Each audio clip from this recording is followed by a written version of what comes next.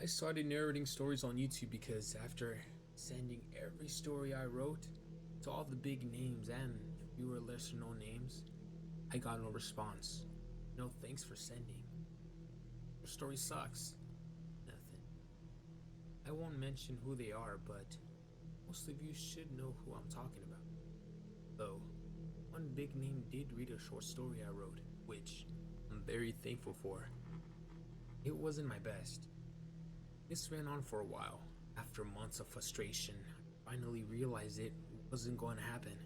So, I decided to narrate my own stories, create a YouTube channel, pick a name, and post them myself. How hard could it be? So I did. My stories were good, at least. I thought so. To my surprise, a few people actually liked them, and after a while, asked if I could narrate their stories. Wow, really? Okay. They would send them to me via email, which I gave them, and I would narrate their stories, and that started the ball rolling. I was talking to a coworker one day about narrating stories for fun, and they suggested I checked out an app called Reddit and search short scary stories and no sleep. They said they posted a few stories on there and that it would be perfect for me, so I did.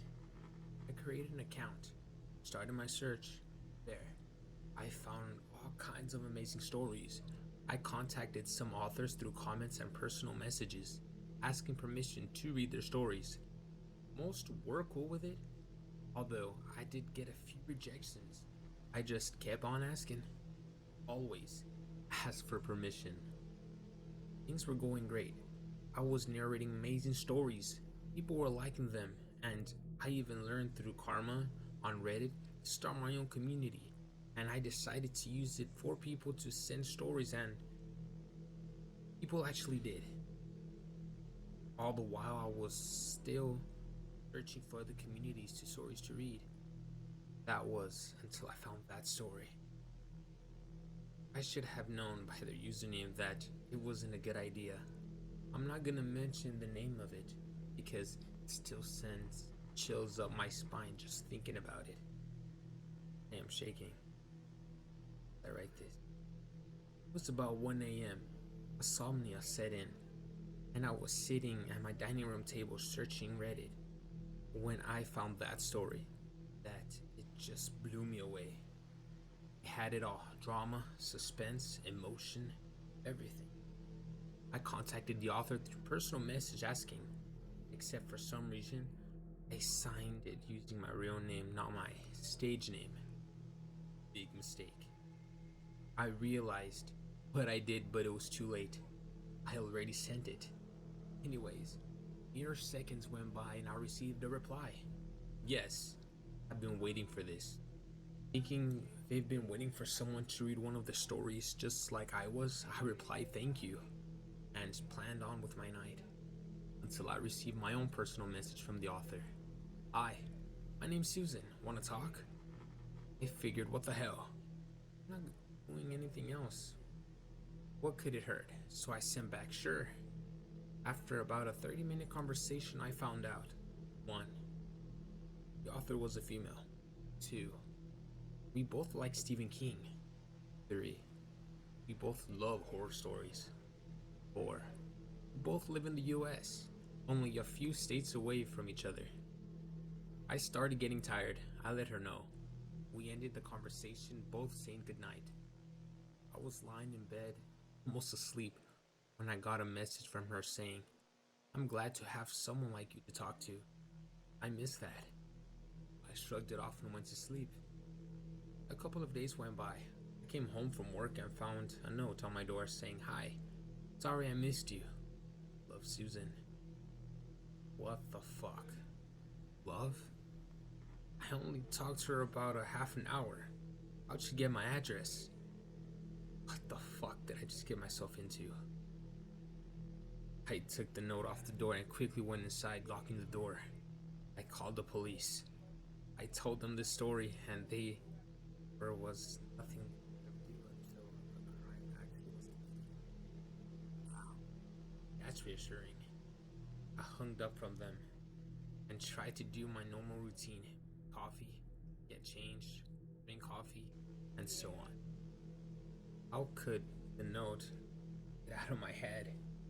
A doorbell rang. I froze and slowly walked to the window to see who it was. It was a woman. She was about 5 tall, shattered, dirty clothes, long, stingy brown hair. It looked like she hadn't bathed in a month. Susan, I had to end this now before it turned ugly. I opened the door and said, "Look, Susan, I don't know what you're thinking, what's going on, but I just wanted to read your story and that's it. I'm sorry if you thought there was something more, but there's not. Please go home." I shut the door and walked back to the house. She screamed like a wild woman. She started pounding on the door and screaming, "I love you, I love you." I ran to the phone and called 911. A rock or a brick or something came crashing through the window, and I turned and saw a crazy bitch climbing into my window, screaming, "Read my story, read my story." And the shards of glass from the broken window cutting her as she climbed in. Blood on the window and 911, what's your emergency? This crazy bitch is in. She charged, slamming into me, knocking me over the desk and falling into the floor herself. She was kicking and screaming like a lunatic. I got up, the phone still in hand, and smashed it hard against her temple. She was getting up. I didn't hit the woman, but this bitch deserved it. Her eyes rolled back into her head and screaming stopped. She fell into the floor unconscious. I heard sirens outside, and I guess the 911 operator heard it all. Cops came in and took my statement. They made me stay outside while the paramedics tended to Susan. Let's see real name. The cops put her in cuffs and the paramedics took her to the ambulance. And we said, "How old you hitting?" They put her inside him. The cops finished up and did the same. I was left, locked up door, big broken, blood all over the place, the desk broken all over. Fucking story. I'm done. I moved out that night. I left all my stuff behind, slept in the car till payday, then rented a room off a coworker. And I never rated it. Story ever again. So, me and my subscribers are reading this. And it happened to me. Now you know why I stopped narrating stories.